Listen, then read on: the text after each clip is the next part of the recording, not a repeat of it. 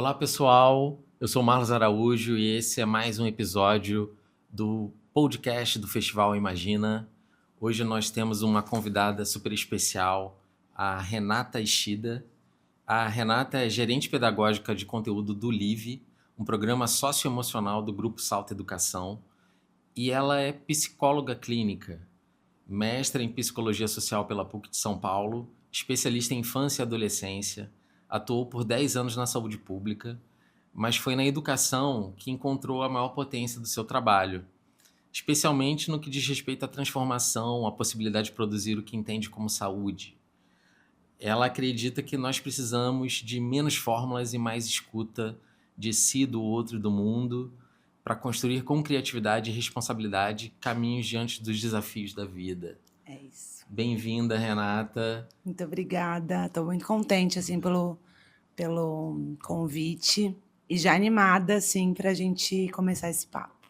Legal, Renata. Eu já vou fazer aqui um disclaimer que eu venho das artes visuais, do design. Para mim vai ser legal saber de você. Eu vejo isso tudo com muita inovação, porque eu sempre estava do lado que eu fiz escola há muito tempo atrás, entrei na universidade e eu ficava falando, poxa, a escola tem que ter programação, tem que ensinar eletrônica, tem que ensinar robótica. E quando eu vi esse tipo de coisa sendo pensada, eu falei, poxa, isso é uma inovação. Eu estou meio defasado, desatualizado do que a educação está sendo feita hoje, pensada hoje. E eu gostaria de que você explicasse assim, o que é o seu trabalho no LIVE, o que é o LIVE, né? Bom, acho que quem aí está nas escolas do Grupo Salta deve conhecer bastante uma aula de LIVE. Você está falando de inovação, mas, na verdade, o LIVE ele volta a valorizar aquilo que sempre foi do homem, né? Sempre foi do ser humano, que são as emoções.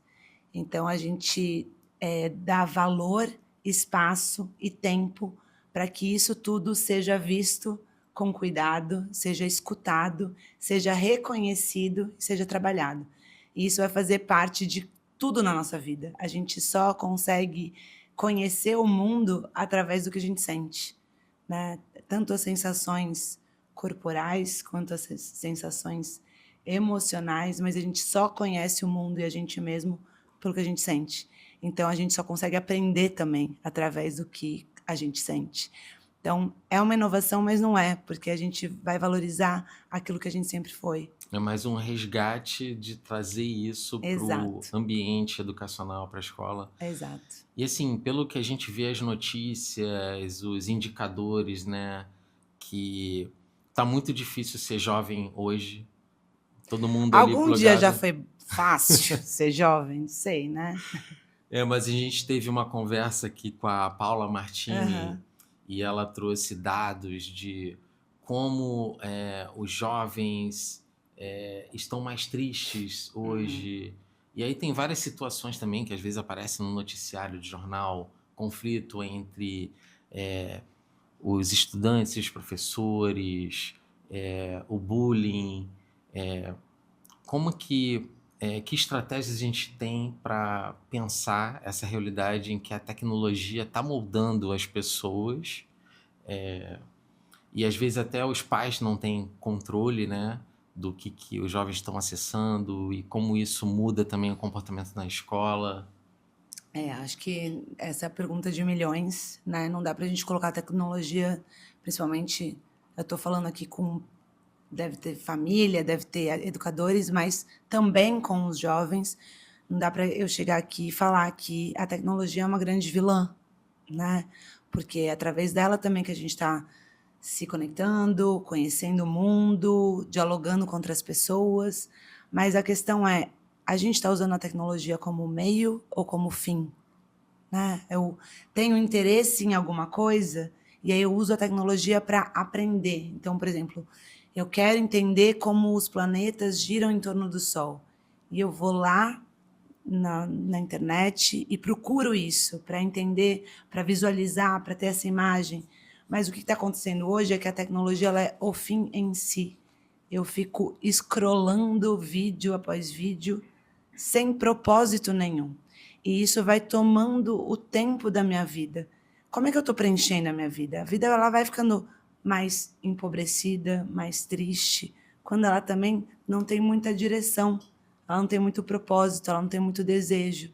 Eu vou só passando um vídeo depois do outro. Então, quando a tecnologia ela é usada como fim e não como meio, acho que a primeira coisa, daria para falar um monte, né? Mas acho que essa é a primeira.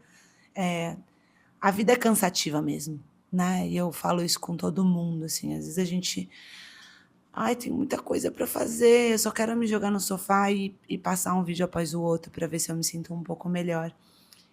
Dá trabalho ser feliz, né? Exige da gente esforço, mas é porque também exige esforço que a gente também tem as melhores sensações. Aprender, por exemplo, a tocar um instrumento musical demanda muito da gente, não é de um dia para o outro.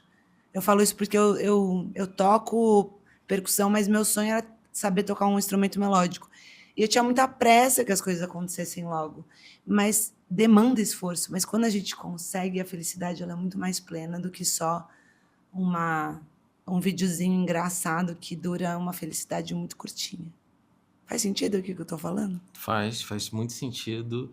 E eu fiquei até curioso de saber, e então como é possível usar a tecnologia de uma forma em que a gente não é só consumidor do que vem através dela, mas de qual é a forma que vocês estão vendo que é o bom uso da tecnologia, né?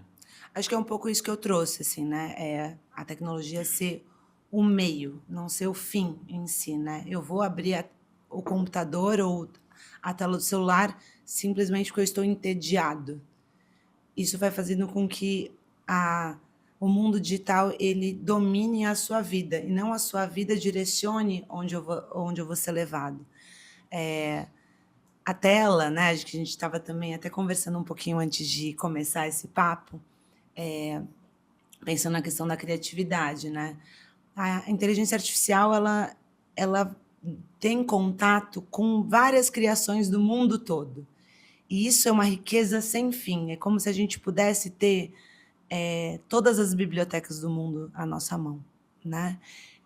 Coisa que a gente não tinha na minha época era a Barça, né? E aí era só isso que a gente tinha. Eu estou vendo aqui quem está rindo aqui atrás das câmeras, que está denunciando a idade, tá? Depois foi para o Google e tudo mais, que também tinha uma restrição. Acho que a beleza, né, da tecnologia é a gente ter essa biblioteca expandida, né? Na minha época também a gente tinha que baixar a música, não sei o quê.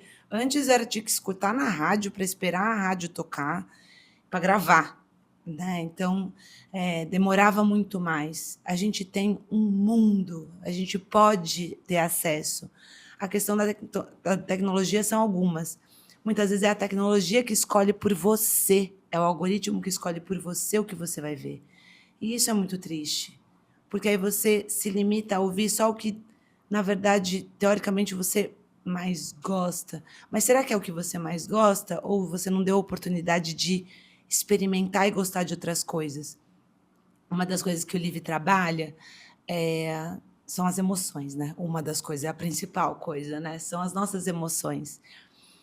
E o desconforto, o estranhamento, não necessariamente é uma coisa ruim. E a gente está numa tendência de tudo que me deixa desconfortável, eu quero afastar. É ruim, é tóxico. Será mesmo?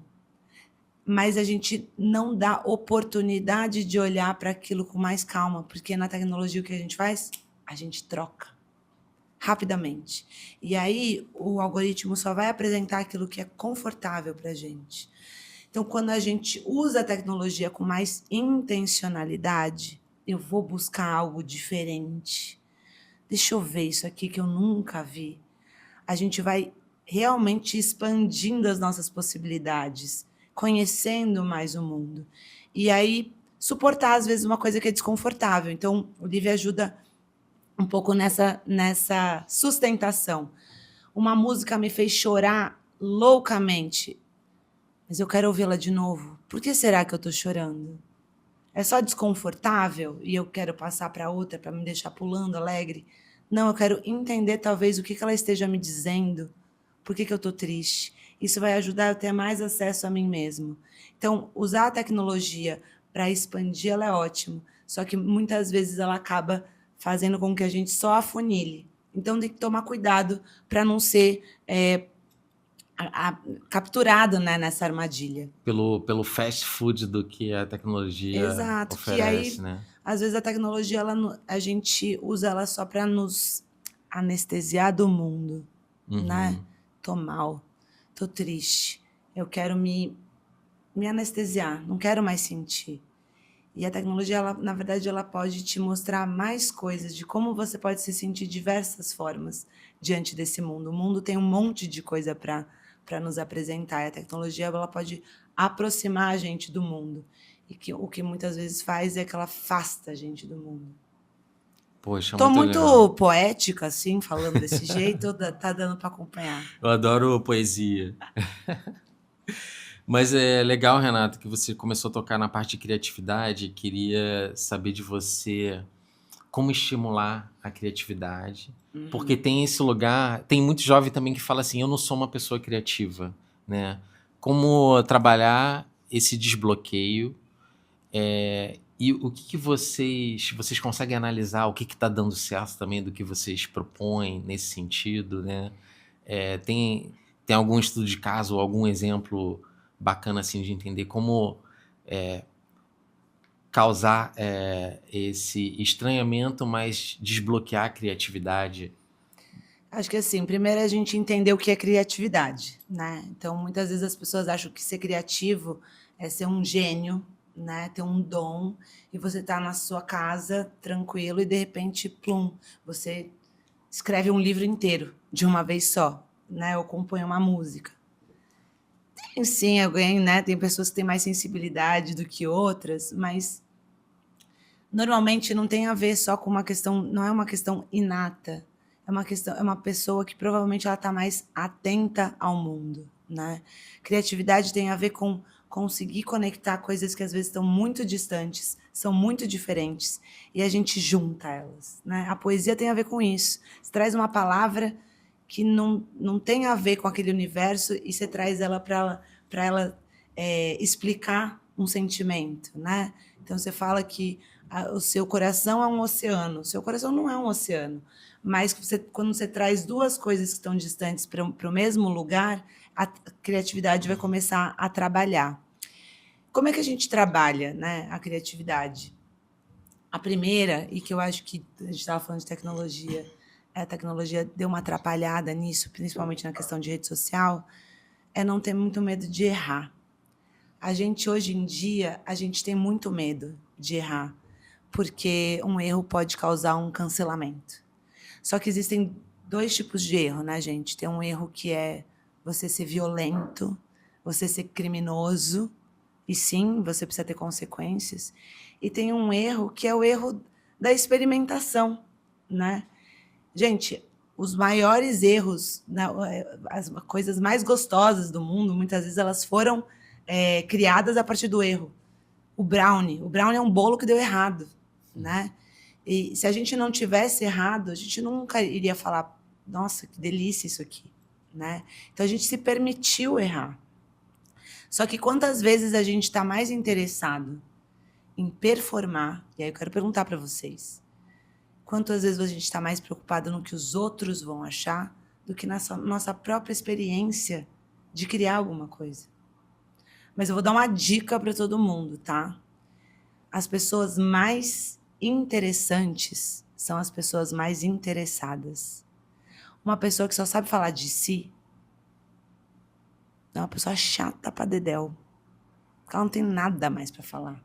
Agora, uma pessoa que é interessada no mundo, que sabe te contar uma coisa que você nunca soube, essa pessoa é muito interessante, você quer falar com ela.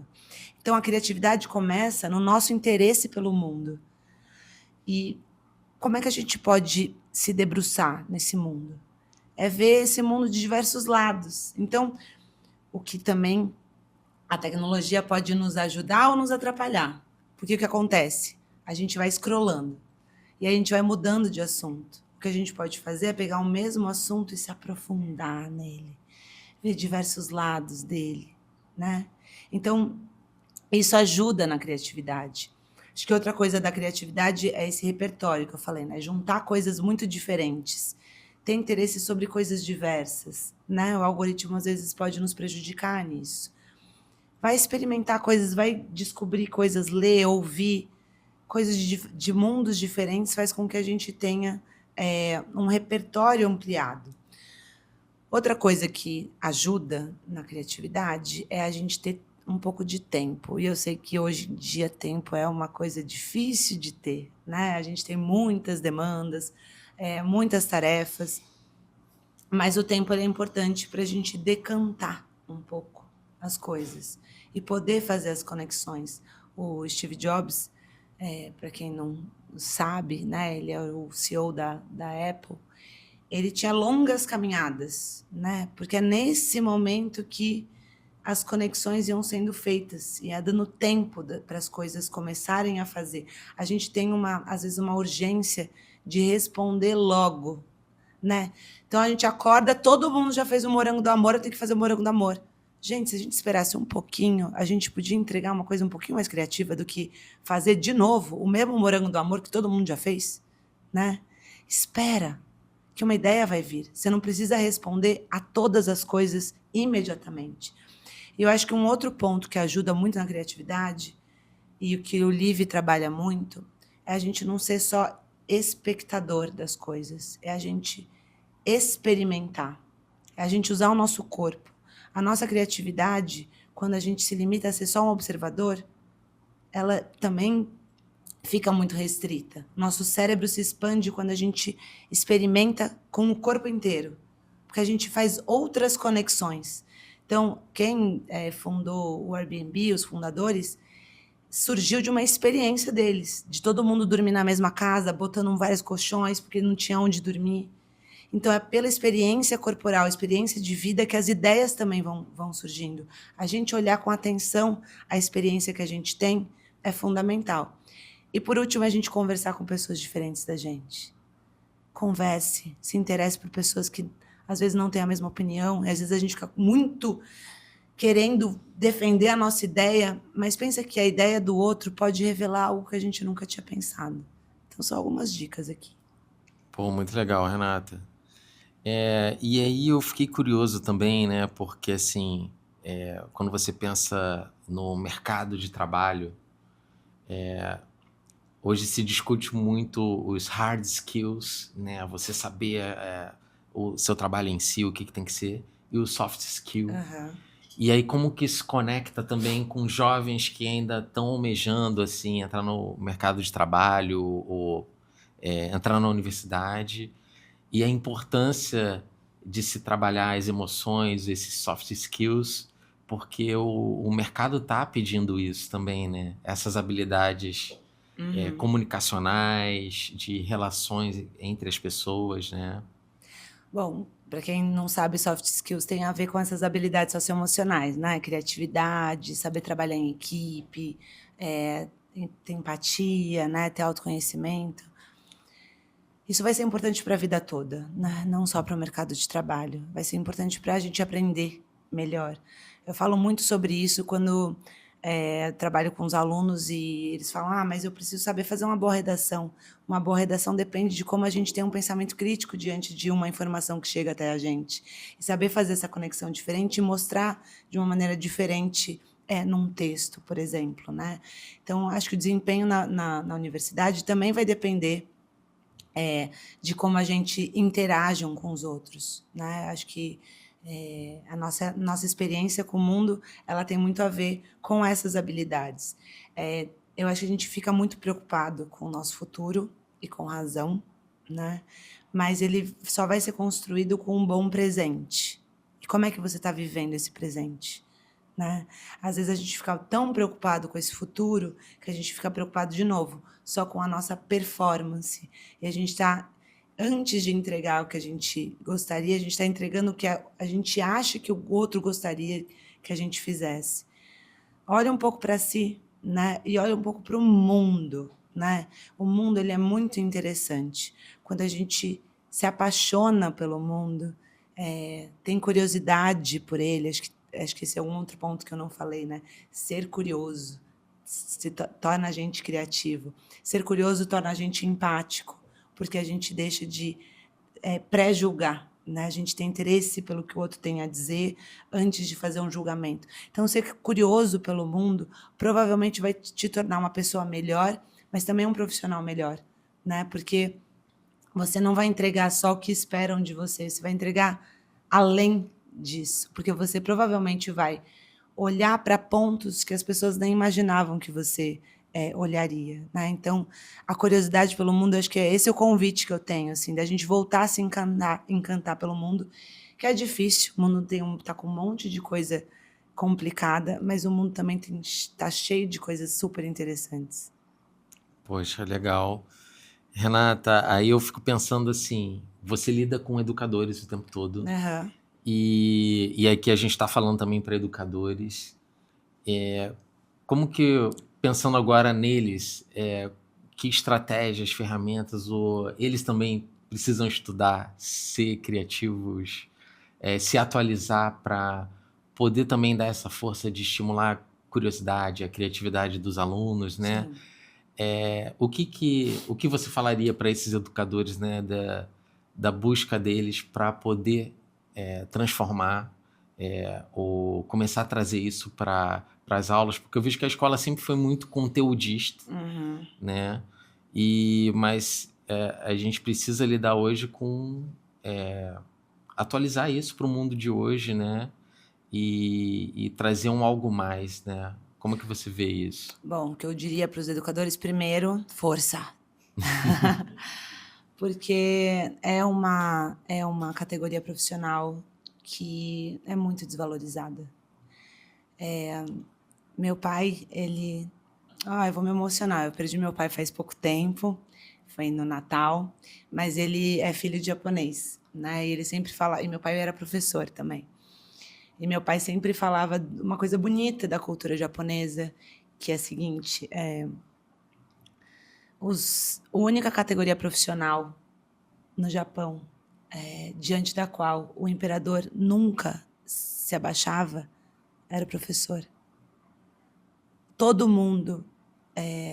o imperador nunca se abaixava, não. O professor era a única categoria profissional que não precisava se curvar diante do imperador. O imperador se curvava diante do professor. A única categoria profissional. E a gente não tem isso, né? Eu acho que tem... falta essa valorização. Por que eu digo isso, né? Porque o professor ele está acumulando muitas tarefas. Então, assim, você que é aluno, dá um abraço no seu professor, tá? O professor acumula muitos deveres, muitas tarefas. E essa coisa que eu falo do encantamento com o mundo também acaba se perdendo, né? O professor, acho que a coisa mais importante que ele tem para trazer para o aluno é justamente o olhar dele apaixonado por aquilo que ele estudou, né? Então, um professor de matemática, coitado, é o que mais sofre. Como é que eu vou fazer meus alunos se apaixonarem por números, né? Que eu não estou entendendo nada. É ele poder trazer esse olhar encantado, né? E fazer com que esses alunos entrem nessa viagem com ele. Então, não importa qual é o tema que esse professor vai trazer, mas ele voltar a se apaixonar pelo aquilo que ele estudou. E acreditar que talvez não sejam todos os alunos que embarquem nessa viagem com ele, mas que o outro vai lembrar sim. Eu acho que, obviamente, tem esse desafio da atualização, mas também poder colaborar com os alunos, que os alunos também têm muito a dizer, né? E poder ter esse espaço para os alunos poderem contribuir e não virar um grande embate, porque às vezes o que a gente acaba vendo na escola são embates, né? A família fazendo um embate com o professor com o aluno. Então, assim, poder lembrar que a gente está com um objetivo em comum, todo mundo, né? Então é isso, acho que é essa mensagem que eu tenho para dizer. Legal. Assim. E no fundo a sociedade delega muito também aos professores e educadores toda a responsabilidade de construir a nossa sociedade, né? Às vezes muitos pais também delegam essa responsabilidade para a escola e cria todos esses embates, né? Exato. É uma pergunta que eu estou fazendo em todas as mesas, Renata, que a gente tinha uma percepção de uns anos para cá de que existiam esses nativos digitais Sim. que já nascem sabendo mexer no celular, a internet, que eles eram mais capazes do que a geração atual. Mas agora eu vejo que essa percepção mudou um pouco e a gente vê os jovens mais angustiados, mais tristes. E o mundo também mudou de uma forma em que a gente está discutindo coisas que há 10 anos falavam. Os jovens têm que aprender programação na escola, tem que aprender isso. E a gente está vendo que até os programadores estão perdendo espaço para IA. O que a gente fala para esses jovens que ainda vão descobrir pelo caminho o que eles querem fazer, quais são suas paixões, nesse mundo de incertezas, né? E como lidar com o emocional desses jovens também. Do que eles querem fazer quando eles forem adultos, pensando na questão profissional? Sim. Quem está com dúvida, é isso? Eu acho que tem uma questão... De novo, eu acho que eu estou sendo meio repetitiva, né? Sobre o que a gente gosta, né? O que nos move, a gente se conhecer, mas conhecer a nossa interação com o mundo. Eu acho que tem uma expectativa grande nossa da gente também ser o extraordinário, né? A gente foi criado para ser o melhor, para ter o destaque, para receber 550 mil likes. E o extraordinário não acontece desse jeito, né? Ou, se eu for rico, eu vou ter uma vida extraordinária. O extraordinário não acontece desse jeito. Ele acontece, na verdade, quando a gente não fica buscando ele. Se a gente só busca essa recompensa, provavelmente a gente não alcança esse extraordinário. Então, como eu falei, né, as pessoas mais interessantes são as pessoas mais interessadas. Descobre uma coisa que você gosta de estudar e estuda, sabe? Olha para fora, não só olha para dentro, o que você vai conquistar com aquilo, né? Porque tem uma mania, e eu aposto que você já fez isso, que começa uma exposição de uma aula, né? E aí você levanta a mão e pergunta, cai na prova? Que é isso? A minha atenção só é digna se eu ganhar alguma coisa em troca? O mundo não está fazendo essa troca tão rápida assim. Então, se debruce nas coisas, mergulhe, experimente, né? Estude. O mundo também ele está muito assim, não só a escola hoje, né? Mas a avaliação, a nota que você Exato. tem. E às vezes a gente quer ter uma boa avaliação, mas não é isso que vai ser só o que vai nos definir.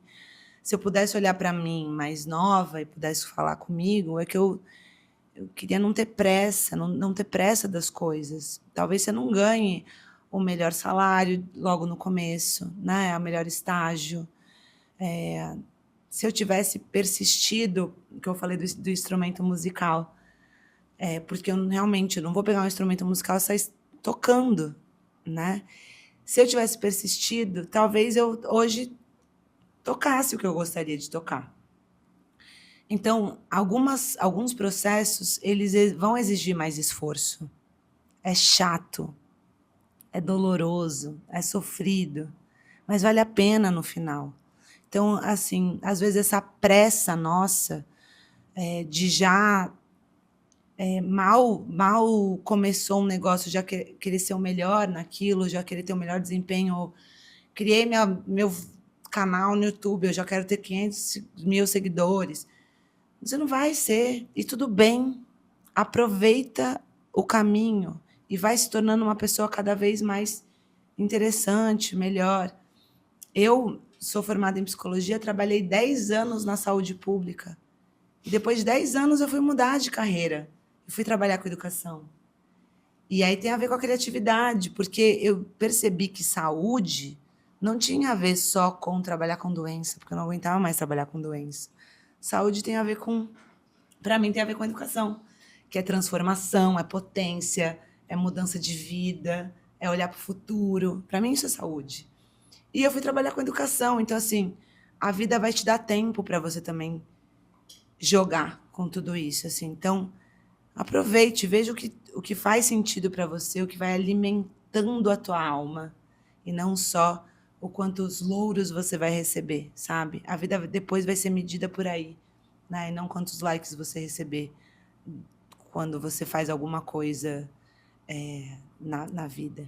É um pouco Poxa, por muito aí. legal que a gente teve um papo aqui também com o Batman Zavarese e ele que é um super artista com shows e tudo que ele faz e uma diversidade e ele fala exatamente isso do processo, a importância do processo, a importância de poder errar Aham. e até no bate-papo com ele eu falei assim, Batman, talvez a questão do erro é o que conecta todo o seu trabalho, você ter essa liberdade de se colocar nos desafios, né?